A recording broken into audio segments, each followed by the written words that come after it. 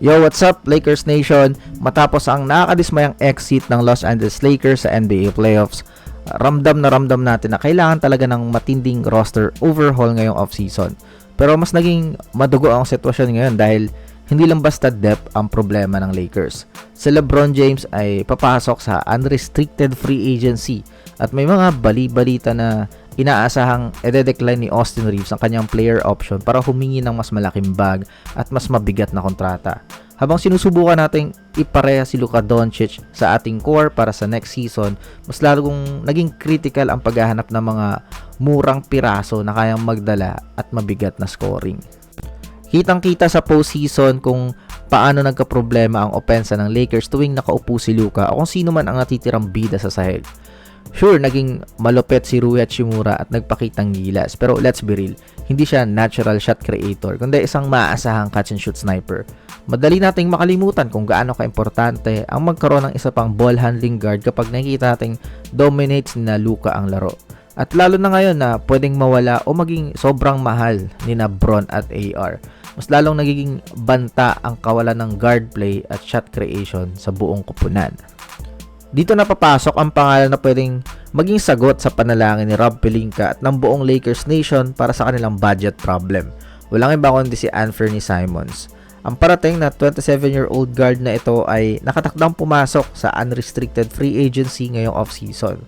Kung magdademand ng malaking pera si Reeves at kailangan nating i-resign si LeBron, kailangan ng Lakers ng instant offense at totoong spark plug galing sa bench na kayang mag-isang gumawa ng sariling tira na hindi sumasabog yung salary cap. Sobrang underrated ng potential niya ngayon dahil sa naging roller coaster journey niya nitong mga nakaraang buwan. Kaya pwede siyang makuha sa isang steal price.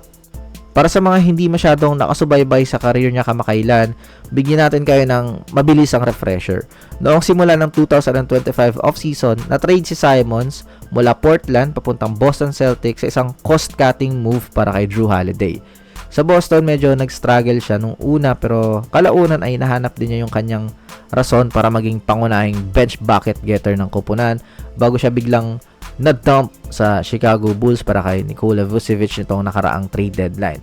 Sa kasamang palad, 6 na laro lang yung nalaro niya sa Bulls kung saan nag-struggle siya bago tuluyang naupo sa natitirang bahagi ng season dahil sa injury at team direction. Pero wag kayong palilin lang sa naging madilim na pagtatapos ng season niya sa Bulls.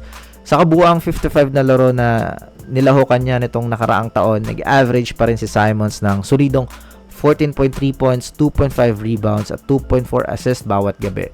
Mas kahanga-hanga pa rito ang kanyang shooting efficiency kung saan pumana siya ng 44% mula sa field at napakatinik na 38.5% mula sa 3-point distance.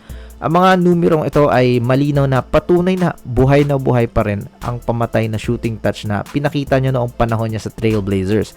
Isang bagay na kailangan ng LA. Siyempre, kung may matinding upside, mayroon ding kaakibad na seryosong red flag. Ang pinakamalaking mancha sa career ni Simons mula noon hanggang ngayon ay ang katotohanan ng hindi talaga siya marunong o mahilig dumepensa. Sa loob ng 7 taon niya sa Blazers, palagi siyang binabatikos dahil sa kakulangan ng effort sa defensive end at hirap na hirap siyang pigilan ang sino mang katapat niya sa perimeter. Para sa isang Lakers team na binuo sa paligid ng offense engine gaya ni Luka Doncic, medyo nakakatakot isipin kung paano itatago ang mga butas sa depensa, lalo na kung mag-iiba yung mukha ng ating perimeter defense kapag nagbago ang roster. Ngunit mayroong dalawang magandang counter-argument dito na dapat nating i-consider bago natin tuluyang tanggihan si Simons. Una, sa naging maikling panahon niya sa Celtics nitong nakaraang season, nakita natin na yung version na nagsumikap at nagpakita ng seryosong defensive buy-in na hindi niya ginawa sa buong buhay niya. Hindi naman siya biglang naging steal machine o lockdown defender pero binuhos niya yung effort para lang manatili sa harap ng mga kalaban at makasabay sa sistema. At sa ganda ng defensive infrastructure ng Lakers ngayon, mas madaling takpan ang mga kahinaan gaya ng ginawa ng Boston. Pangalawa, kailangan ng gisingin ng mga Lakers fans ang kanilang mga sarili mula sa pantasya na makakuha ng mga elite, lockdown two-way stars sa ganitong situation. Nangyari na yan sa Warriors yung may contract na inaayos muna kaya hindi nakakuha ng mga players sa off-season. So, ayun nga, yung inaayos yung kontrata ni Bron at posibleng mas malaking deal para kay Austin Reeves. So, yung mga type of players na yan is napalakang salapi na hindi kayang abutin sa cap space ng LA ngayon. Ang kailangan gawin ni Pelinka ay mag-focus sa paghahanap ng mga effective role players na swak sa particular na pangangailangan ng koponan. At pagdating sa usapang bench scoring at puro offensive firepower sa tamang halaga, walang duda na swak si Simons sa papel na yon.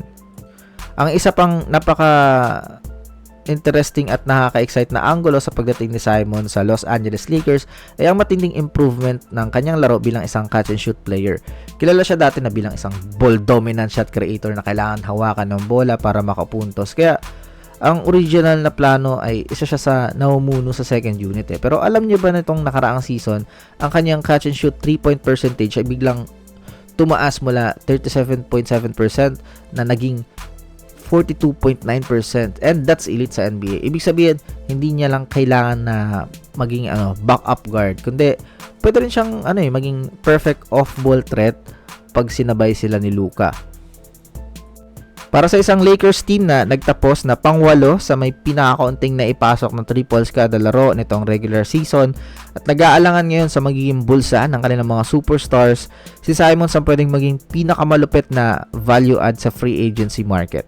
Ang balita sa liga ay malamang na hindi hihingi ng hihigit sa $12 million bawat season ang kanyang kampo dahil sa naging takbo ng nakaraang taon niya.